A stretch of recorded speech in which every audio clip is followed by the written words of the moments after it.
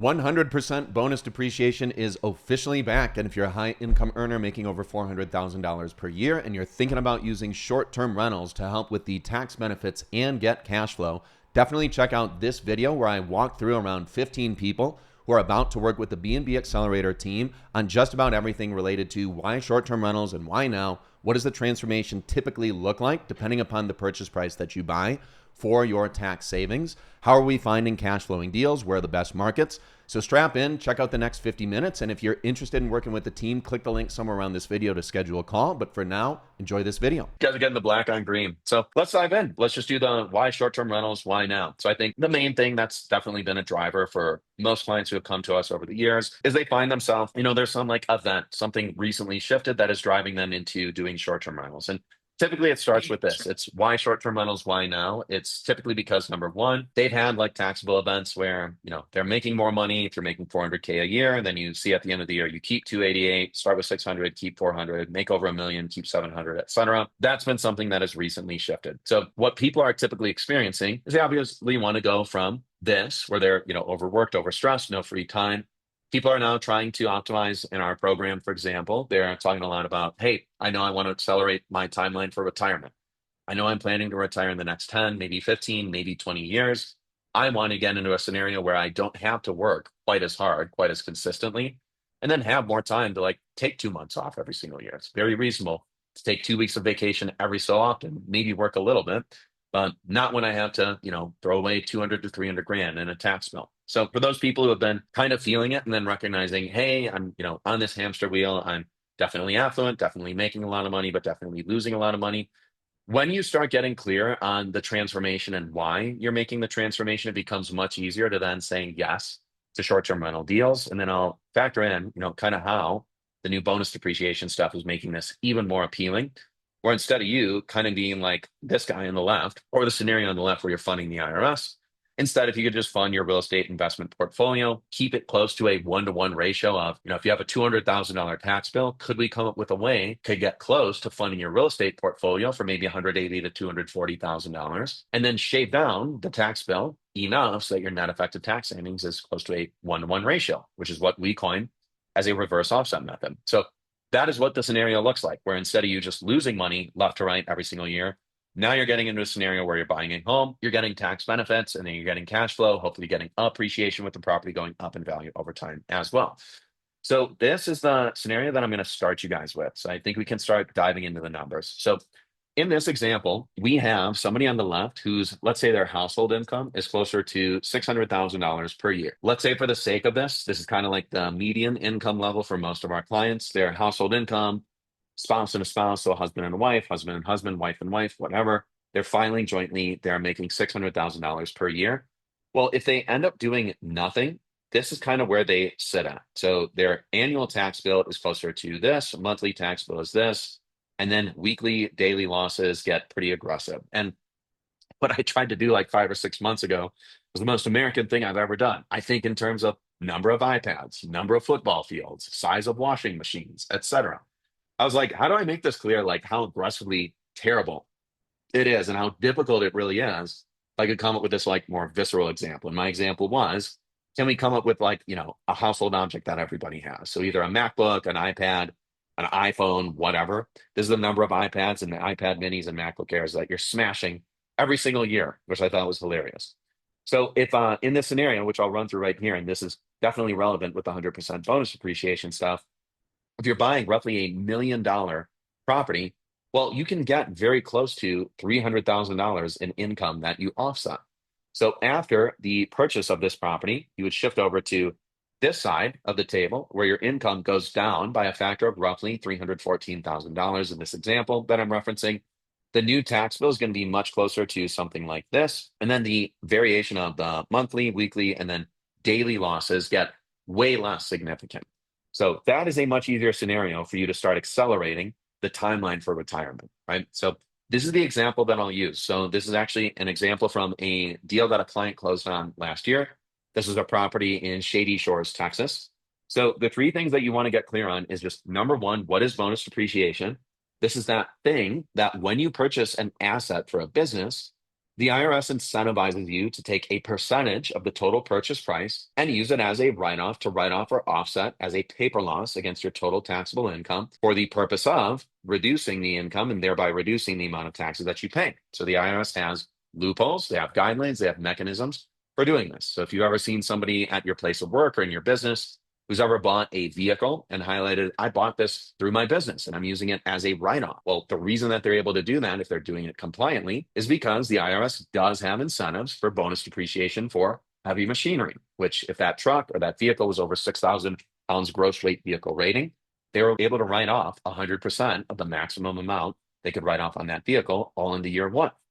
So I'll give you an example on this real estate transaction of what it looks like for buying, let's say, $1 million home, which is right around where this one was at. Cost segregation study is that thing that you order, and that's going to give you the final bonus depreciation amount.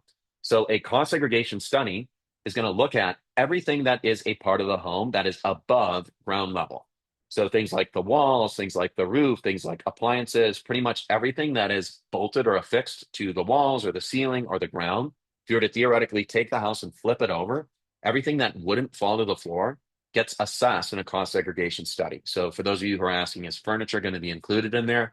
I have not yet seen a cost segregation study where furniture is actually included in the assessment of what you can bonus depreciate. And they all follow different schedules. There's 30-year lifespans, there are 15-year lifespans, there are 5-year lifespans, and then there's maybe one other one. I believe anything and everything under a 7 to 15-year lifespan, whatever the total lifespan value of that asset or that liability in the home is, you can accelerate that total value into year one.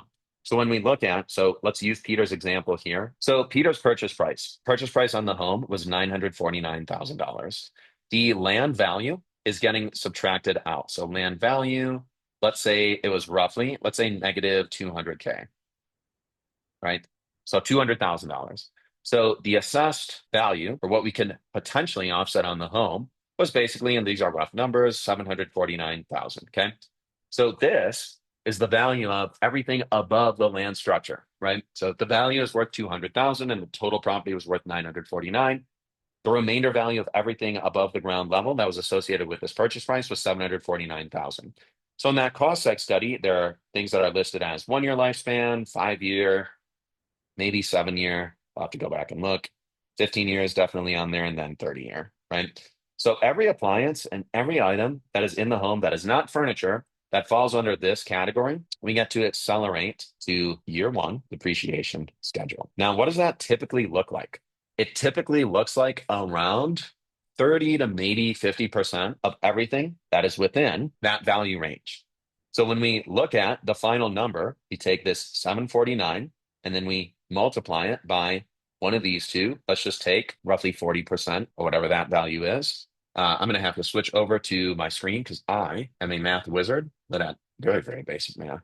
749 times 0.4. And I think that should be pretty close to what he actually got. That's basically 299K in offset, which is right around the range that most $1 million homes come back at. This one is literally 29.9% or just over, well, the purchase price was just under $1 million. So it's right around that range of like 25 to 35% of the purchase price. So bought the home for $949, and then this dollar amount was that he actually took an offset. So if you're making $1 million, for example, and you offset 299,000, you drop your income from 1 million to $701,000. Well, all of that income is taxed at, depending upon the year that you did this, 37, 38%. I'm pretty sure it was 37% for the year that Peter did this. So he saved roughly just over $110,000 net effective tax savings on that deal. So that was bonus depreciation. The cost segregation study is that thing that helped us clarify how much bonus depreciation is actually going to be present on the property. Again, it was the purchase price minus the land value. That gives the assessed value for what you can depreciate. Everything within the home falls on a certain schedule. And don't double quote me on this. I think it's 1.5, maybe something else in 15 years and then 30 years. I think it's everything 15 years and less is what you can take the full lifespan value of and just accelerate into year one depreciation, which kind of roughly comes out to around 30 to 50% of that value. If I parked it right in the middle, took 40% of 749K, that's how I came up roughly with an estimate for 299,000, which was pretty close because I think that was actually what Peter ended up getting in terms of depreciation there. Okay.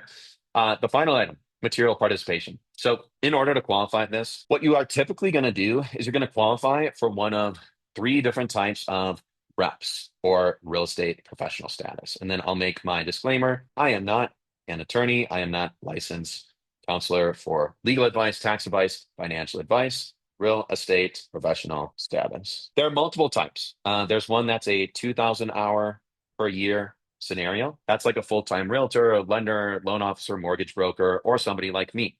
So for example, when I file my returns, this is the status that I get to elect. I literally spend well over 2,000 hours per year exclusively focused on real estate. There's another common one that is 750 per year. There's a spouse typically who has no full-time job and commits around 15 hours per week. There's another type of status where you can do 500 hours, and I think it's practically everything. I believe that is the status type. We don't really have clients doing that one. We definitely don't have clients doing this one unless they're already real estate professionals. The scenario that you'll likely do is the 100 hour per year. And if I can get more space, here's what the 100 hours ends up looking like. It's three criteria. So the first one is number one, property placed into service this year. So did you actually launch the property this calendar year? Number two, did you run it with under 7-day stays on average? So did you actually run it as a short-term rental? So the reason that people who are running long-term rentals can't qualify for this loophole is because part of the reason for this is that you can only offset your active income with other non-passive or thereby active income activity. So a long-term rental business is deemed in the eyes of the IRS as a long-term rental passive activity. So you can't run a long-term rental and expect to get any additional depreciation incentives. It has to be ran as a short-term rental. And then the third material participation test to satisfy the 100-hour reps status is basically, and this is the one everybody asks questions about, minimum 100 hours and no less than any one individual. So here's what's cool about this one. You probably won't have any other one individual, especially if you're like buying a property right now in July or August or September of this year. There will only be 3, 4, maybe even 5 months left in the calendar year. Once you've actually closed on the home and have it live, there are really only two parties who are going to even have close to a shot of spending as much time or even more time than you. And the litmus test is, let's just use this example, it's 100 hours. So let's say you guys close on a property in July and you get it live in August, right? So this is like the most aggressive scenario. So you have all August, September, October, November, December. So over the course of 5 months, you'll have a cleaning team or teams, and you'll also have a co-host or a management team. Here's the average scenario for cleaning teams. They're around 6 cleans per month. And let's say in the maximum scenario, it's 3 hours per clean, right? This is very aggressive, by the way. You'll probably have anywhere from like 4 to 8 turns or 4 to 8 stays each month. So 6, let's just use that as a reasonable timeline estimate. And then 3 hours per clean. So that's 18 per month. And if we do 5 months equals 90 hours. Okay. Guys following with me so far? So if you have the same cleaning team with the same individuals every time, they go to every clean and they take an aggressively long period of time. It's very rare unless you have like 8 or 9 bedroom homes that take 3 hours to clean. Okay, that person is not even going to get close to spending 100 hours, right? Now, with a co-host, typically co-hosts have anywhere from like 6 to 15 team members. There's a founder, there's a co-founder, there's VAs who do like the guest messaging, and there's like a revenue manager or revenue managers who sit behind the scenes and pull knobs and levers on price labs, AirDNA, anything that they're using to maximize the income for the home. Well, there are 5 months left in the year. There are around 22 biz days per month. Let's say they spend 1 hour per day literally dedicated to your business, which would be an aggressively high amount. Well, if there are 5 months left on the year, that means they would be spending 22 hours a month times 5 months. And if my math is correct, that's 110 hours. Okay. So in this scenario, and again, these are just estimates. Nothing is concrete here, right? I'm only giving you scenarios where you'll have a contemporaneous log and estimate what the actual volume of hours that other people are spending in your business. You should probably contribute more than 110 hours comfortably, demonstrating that you've actively participated in the business. And the typical scenario for how clients end up doing this is typically in one of two ways. Number one, most clients do end up organically, and people who aren't, even clients of ours, they will organically show up at the property. So the way that you actually front load and then log your hours compliantly so that everything looks good is you'll put together typically Get my white pencil out here again. A contemporaneous log greater than 100 hours. So what does that typically look like? It's typically two things. Number one, it's actually visiting the property. Now, you don't need to do this, but most people, what they end up doing is a 2 to 4 day weekend. And then roughly there are 24 hours in a day, 16 waking hours, 10 to 12 real hours per day of actual stuff that contributes to materially improving the business. So things like they might be managing the general contractors and a landscaping team, or they're improving the home. They might be going back and forth between Home Depot getting supplies. They might be going back and forth between boutique furniture stores getting new light fixtures for the general contractor to install. They're like, hey, I'm going to work on the walls while you guys are going shopping. When you guys come back with the light fixtures that you want, I'll install them. So 10 to 12 hours per day. Well, if you show up with your spouse and you go for, let's say, here's an example. Let's say both spouses arrive and let's say there's a 3 day weekend that you guys do this for. So let's say it's right in the middle. It's 11 hours per spouse per day. So that's 22 hours per day times 3 days equals 66. Okay. So you guys have front loaded and participated 66 hours materially at the property. I'm not a CPA, not licensed financial advisor, tax advisor, not tax advice. But I would make the argument personally, I wouldn't personally log my hours traveling to and from the property, like on the plane, unless you can demonstrate that you're materially improving the business while you're there. So my personal litmus test, the first 2 years that I did this before, I was actually a full-time 2,000 plus hour real estate professional. What I did was I came up with the litmus test of, can I make the argument that if I didn't do this thing that I'm planning to put in my log, which is a very basic Google sheet, if I didn't do this thing, can I make the argument that the business would suffer as a result? So when I started going through and applying that filter on things, I was like, did this 3 hour car ride or did this 3 hour plane ride, when I did actually take one to a different state, to Florida, on this 3 hour plane ride, would the business have materially suffered if I didn't do this thing of 3 hours on a plane? Well, I didn't end up adding it to my law because me sleeping on a plane doesn't contribute anything to the business. When I coordinated with my co-host team for around an hour and a half over a call. Yeah, definitely, because I have an eye for design. And at the time, I had no eye for design. Now I definitely have an eye for design. But when we were going through the design elements and potential things that we were going to do for the pool patio area, for stuff in the backyard, for bedrooms, for the dining room area, yeah, my collaboration with the co-host team, I definitely logged those hours because the co-host team had no freaking clue. Sorry, not the co-host team, the design team. They had no clue on how to like coordinate and organize all this stuff if I wasn't there like driving the initiative. So when you run that filter through everything, you'll quickly understand what you should and shouldn't be logging for most, if not all, of the activities that happen after you visit the property. Here's the other scenario. Let me share the screen once again.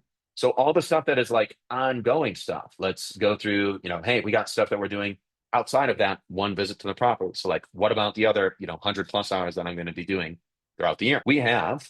This was the ongoing stuff. We now have stuff that is a little more continuous, but not you quite at the property.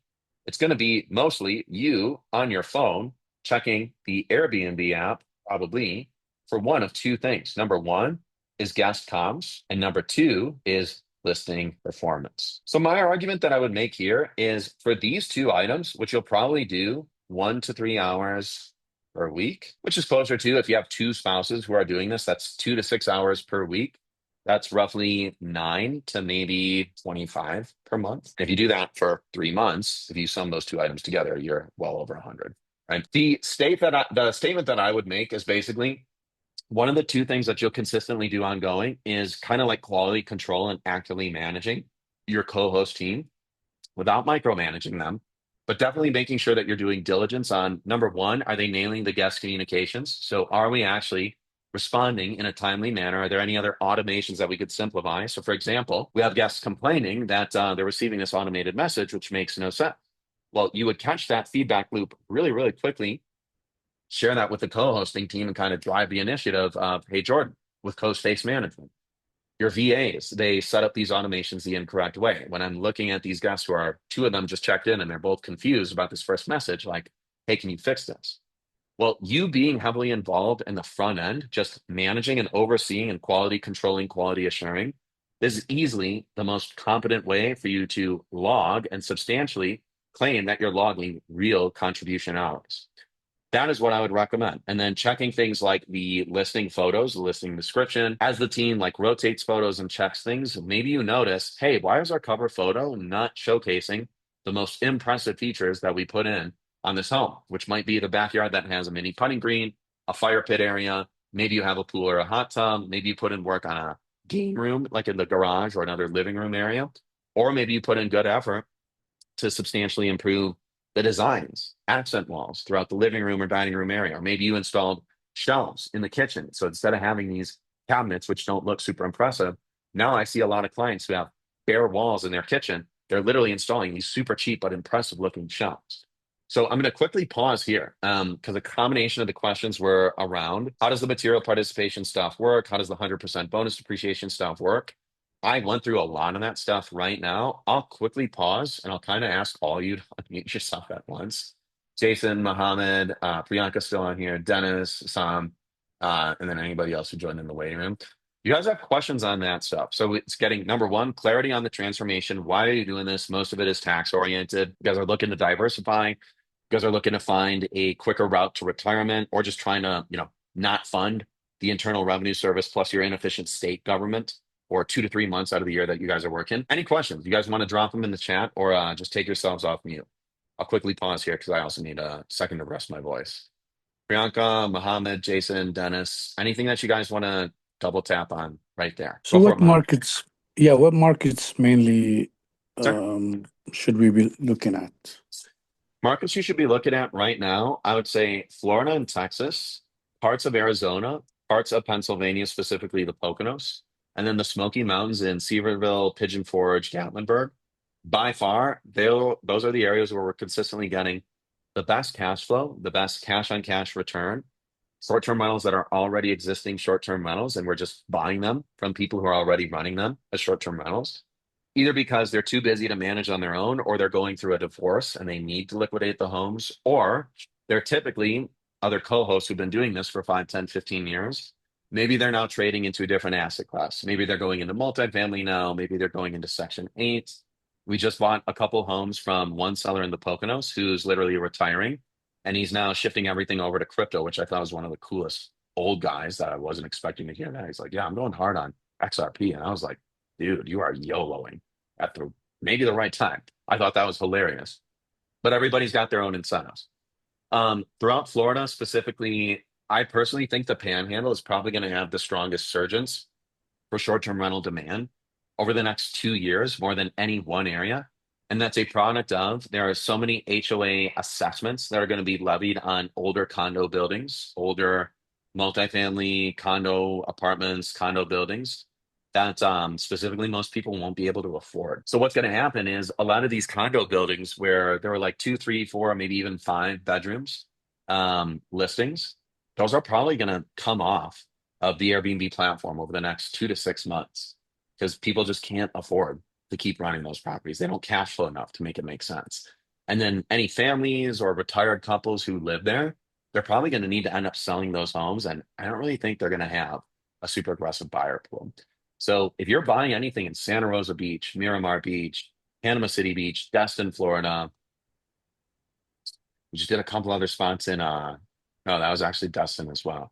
Like I have clients who reached out to me, they asked about how they think the performance of their homes or what I think the performance of their homes is going to do moving forward. I think they just nailed it. I think it's going to be even more impressive because all the stuff we buy out there, it's mostly in condos that are much newer, or really the majority of it is like townhomes, which won't have HOA assessments going through the roof. Kissimmee and Davenport, just outside of Orlando, Disney World is also really, really solid. Sometimes Southeast Florida, but really those two main markets, the Panhandle of Florida on the ocean, and then just outside of Disney World in Kissimmee and Davenport. Austin and Dallas, Texas, for sure. Quite a bit out there.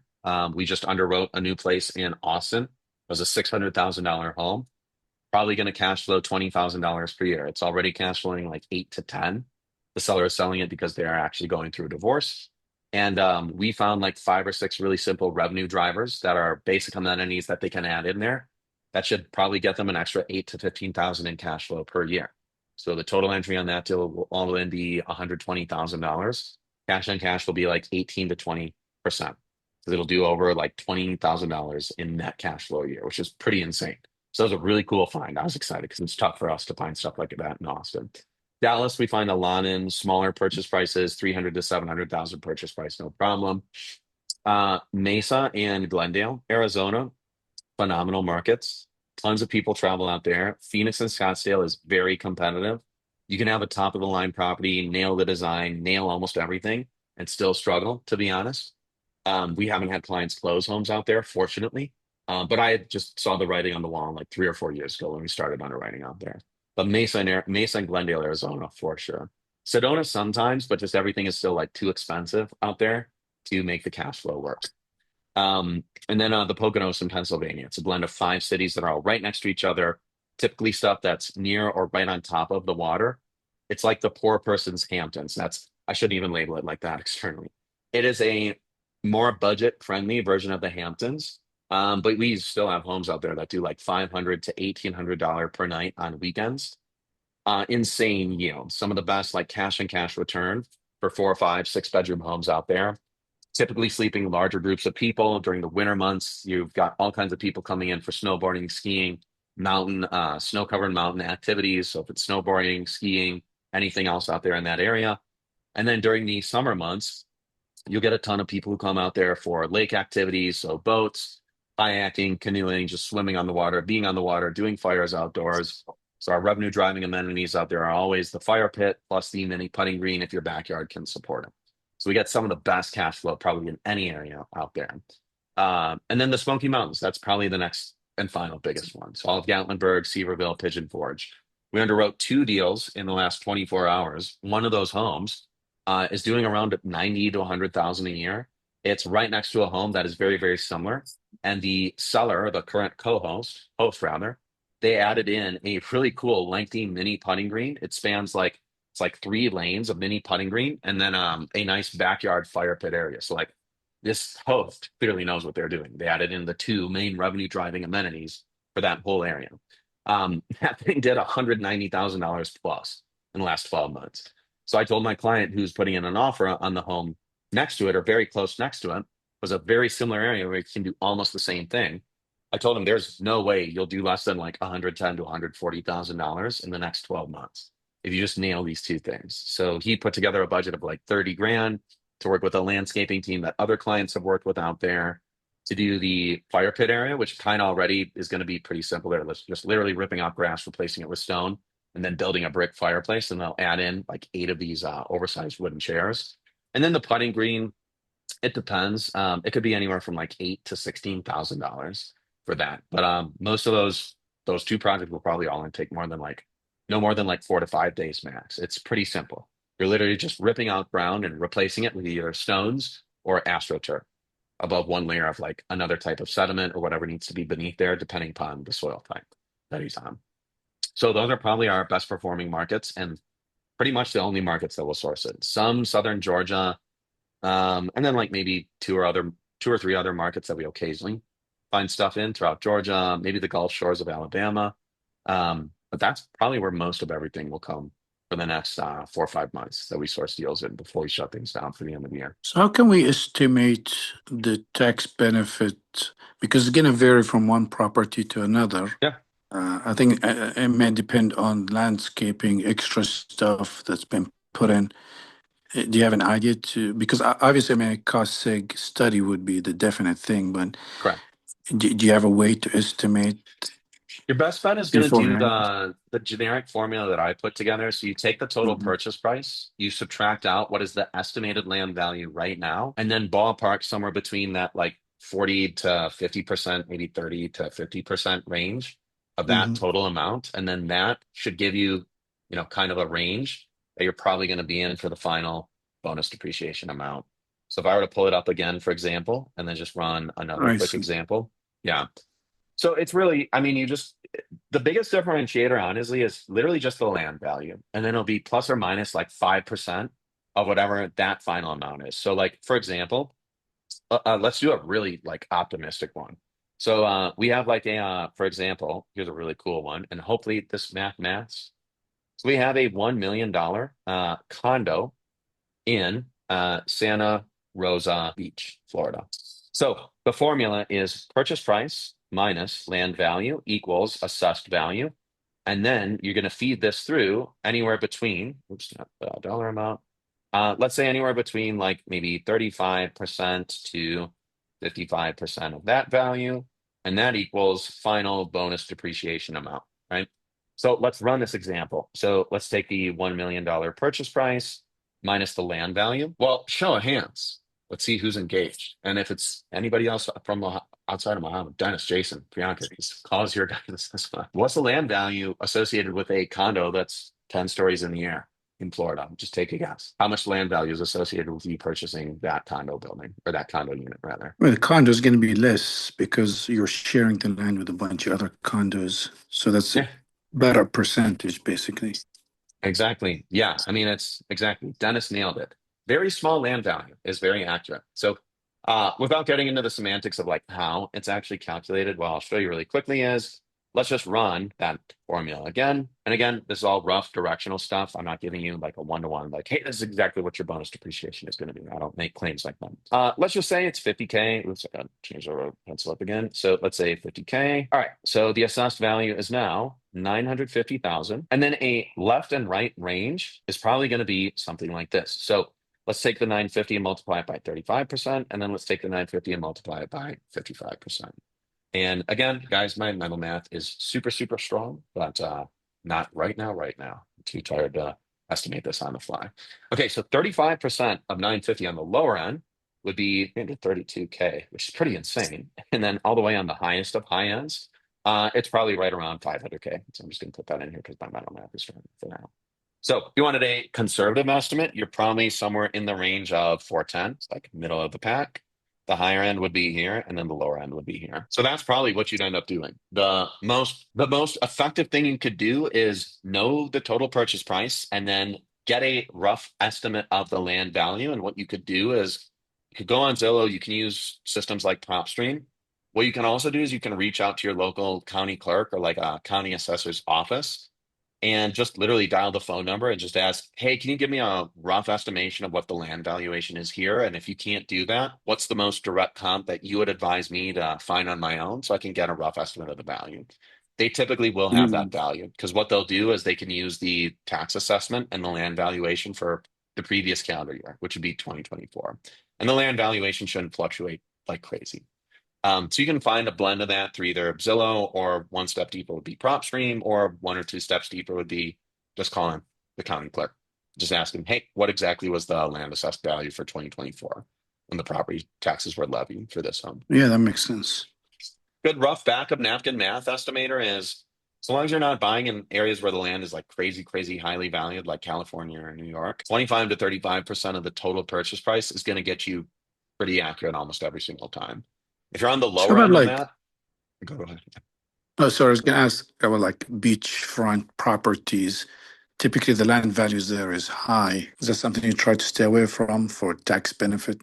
No, I don't try to stay away from that at all because the number one metric that most clients are going to try to optimize for is the cash flow and the cash on Cash cash flow, yeah. return. Yeah. I mean, Mhm. if you were to tell me, hey, we have two homes, there's $2 million homes. This one is on the ocean front in Florida, and this other one is Phoenix, Arizona is a great example. The land, yeah, it's an okay example.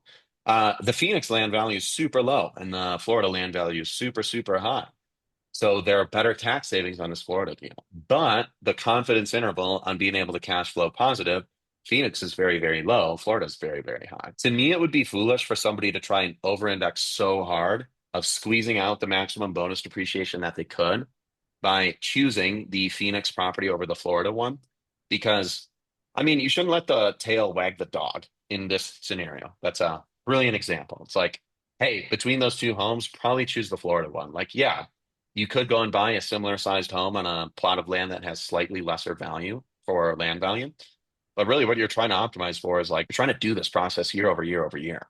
So even if you don't get maximum tax benefits with that home purchase, you're probably going to be very happy cash flowing 15 to 35,000 a year. And you're not going to stress about it. It's not going to take you out of the game. It's not going to be something that fixates your attention and energy away from your family, your work, your retirement process, your timeline for retirement, everything else that you're trying to optimize for. So I would always say optimize for the land value as a secondary thing. But a really easy way to do that is just don't buy in California, New York, and that's it. Mhm. We don't do either of those states for other compliant regulatory stuff. And also them both being not landlord friendly states either. Good question. Well, Anything else that you guys? Yeah, go for it. Ash, Asheville, North Carolina. Have you guys done anything there? I don't like to do much in North Carolina, to be honest, just because I think we find way better markets in other Mm, areas. I Outskirts of see. North Carolina kind of get you into the range of like those Smoky Mountains and Tennessee markets.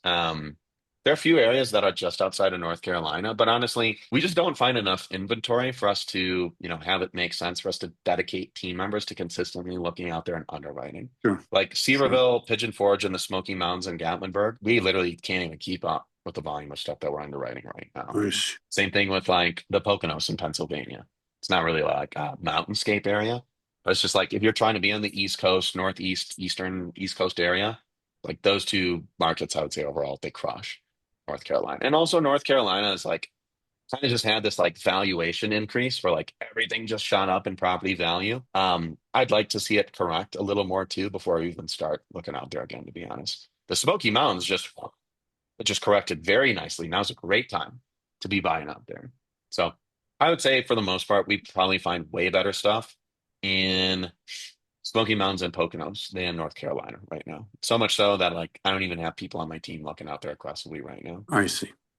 Cool. And how do you guys charge your clients? Everything we do is custom. So probably a one-to-one call with me would make the most sense. Sure. I'll give you a link to my calendar so that we could go through that process. But yeah, what I'll Hmm. what I'll do is I'll drop you guys a link to this is my private calendar. I will give you guys the 30-minute link right now. So if you guys want to book a call, just also let me know that you showed up on this call to get the calendar link, and then I will make sure that I just recall that, hey, we covered this stuff here. So when we dive in, I'll just be like, hey, how did you discover us? And you'll say, hey, I was on your webinar yesterday or group call. And I'll be like, oh, cool. What specifically are you, what specifically is getting in the way of you doing this on your own right now? So yeah, I'll run you guys through pricing and how we work together on a one-to-one call for sure. Hey, Nick, this is Jason. Hey, Thanks for doing this. yeah. What you focused on today is largely high-income individuals looking to offset tax impact and, hopefully cash flow and appreciate enough to retire a little bit early. But how might you alter your approach if you were looking to get a little more aggressive on cash flow and looking to move into this space more full-time, as opposed to I'm just looking for some tax benefits so I can retire in 10 years instead of 15. You would probably want to do deals on the slightly smaller end of the purchase price range in markets where you could get significantly higher cash on cash return. Because if your goal is to do cash flow, then the number one metric that you're looking at on every deal is where can I basically get 25 to 35% cash on cash return? Probably the best market to do that at scale is the Dallas Fort Worth area. We find so many 4 to 5 bedroom homes out there that can gross 75 to almost like 95 grand per year. And the annual operating expenses, including the debt, like your monthly mortgage payments, your utilities, capital X and repairs, capex and repairs, whatever we like budget for that. And also, most of the homes are like quite new or recent fix and flips. So they're overall in pretty great condition. We're seeing stuff like 25 to 35% cash on cash return out there. So we have a client who's under contract on a home for $450,000. I think all in, he's going to be into that deal like 95,000 all in. We're projecting it to do like 32,000 a year. So that's literally like a 33% cash on cash return, which is pretty insane. So you'd probably want to do more deals like that. On the other end of the spectrum, you also could get into the group luxury travel markets. We missed out on this deal in Austin, Texas. There was a $2 million luxury home. I think it was 6 bedrooms. Everything else that was a 5, 6 luxury bedroom, 5 or 6 bedroom luxury home in that greater area of this part of Austin did anywhere from like 220 to $330,000 per year. And the one that did closer to 330,000 had a pool and a really nice backyard. The deal that we were going to do, we tried to get it for Peter, a client of ours. It was comfortably going to do at least 240 to 250,000, even without the pool. I actually made the argument to him, you should probably try and like spend 80 to $100,000 in the month of January, where very few people travel, and add in that pool, and you could probably outperform this number one spot. Because he had nicer kitchen, way nicer amenities, floor to ceiling windows in the living room, amazing, majestic view of his backyard and kind of overlooking the landscape that was behind him. That home wasn't going to have more than $200,000 in annual expenses. So that one was like insane. But it's also like the number one thing to optimize for Airbnb. It's group travel, and then specifically luxury group travel. Like if you can really nail some of these 4, 5, 6, 7 bedroom homes and like luxury travel markets, like I would argue Austin is a good one like that. Sedona, Arizona is a like that. The Smoky Mountains is also like that. We don't see much stuff over 2.2 million in purchase price, but when we do see it out there, it's like, whoa, we just projected this thing to do $90,000 a year in cash flow. I got to double check this thing and make sure I'm not over projecting anything. But then we look at the numbers, it's like, yeah, but the entry on those homes is going to be much, much higher out there. So So I would try I and think you optimize just, for, yeah, sorry, I didn't mean to interrupt you. I think you okay. just answered my follow-up question, but it was going to Yeah. be, do you ever give much thought to why people are renting your place? Like, because I always It's a think really good about question. Yeah. vacation opportunities in Dallas Fort Worth doesn't really sound Yeah. like that to me. You know what's crazy? So I love this question. So in 2021, when I started my short-term rental investing journey, I literally spent probably 4 to 5 months. At the time, there was no chat GPT. You guys remember like Gardner? Some of these platforms where you can like pay them to put together like very in-depth analyses on like trends, massive data sets. Like I might not have access to it, but there are consultants at like McKinsey, the Big Four, like whatever accounting firms and other like data research firms. Anyway, I put together like 7 or 8 fundamental analysis buckets of why I thought people would travel to Denver and the greater area of Denver, like Westminster, Colorado, Aurora, Arvada, and I was specifically looking at Westminster. Dude, I spent hours, like dozens of hours, putting this research together before I eventually pulled the trigger on buying my first 6 homes in Westminster, Colorado, over like a 8 month period. 2 on my own, and then the next 4 I did with partners, and then I ended up doing another 2 on my own. So 8 homes in the span of like 9 months, I believe, across 21 and 2022. What I quickly discovered was that none of the reasons that I thought people traveled out there were accurate at all. My original thesis was like, people are going to travel out here en route to Breckenridge or Aspen or these other like travel destinations for skiing and snowboarding, the resorts along the way. I thought people were going to travel there for smoking weed and doing mushrooms because at the time it was one of the few states where both of those items were decriminalized. I was actually right on that one. And then I had like 6 other buckets. None of the other ones were right at all. The actual buckets were the weed and mushrooms one was like the lower end of that spectrum for like the different types of buckets. But most people were, it was just family travel. So they were traveling as a family. They liked Denver for whatever reason. Bachelor, bachelorette parties, group business travel. So like a lot of team events. So if there were like startups or there are companies that like their C-suite team would travel to my place or travel to like a neighbor's place. And then commencements, graduations, other like family oriented events, bachelor, bachelorette parties I already shared. And then the other one was just like random team events. So like kickball teams, kickboxing teams, Brazilian jiu-jitsu teams, soccer teams, basketball teams, MMA tournaments. I had no idea until I left Denver that there were so many like MMA teams that trained in that area. So a lot of people would like come to my place and they'd be like, hey, we're here for like a 3-day weekend tournament.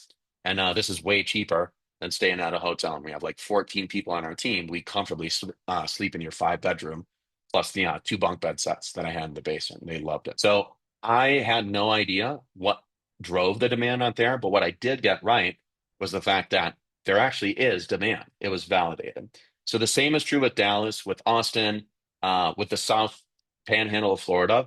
There's really only one area where you can confidently claim that you kind of know why people travel out there, and it's really just Kissimmee or Davenport, which is just outside of Disney. They're there for Disney. But if you look at almost any other market, it's the blend of those 5 to 7 different buckets, which drives like almost all group travel, like most everything. So family group travel, there might be, a family event, a commencement, a graduation, some other like monumental celebration. There might be a wedding ceremony, a wedding retreat. People, come to the venue before, during, or after the wedding itself. Bachelor, bachelorette parties. So friend group travel is probably the next most common one. And then like team travel, whether it's business team travel, so like mastermind events, or they're there for like a business conference, so multiple people from the same company are there, or a team is throwing a mastermind retreat for themselves and maybe some clients.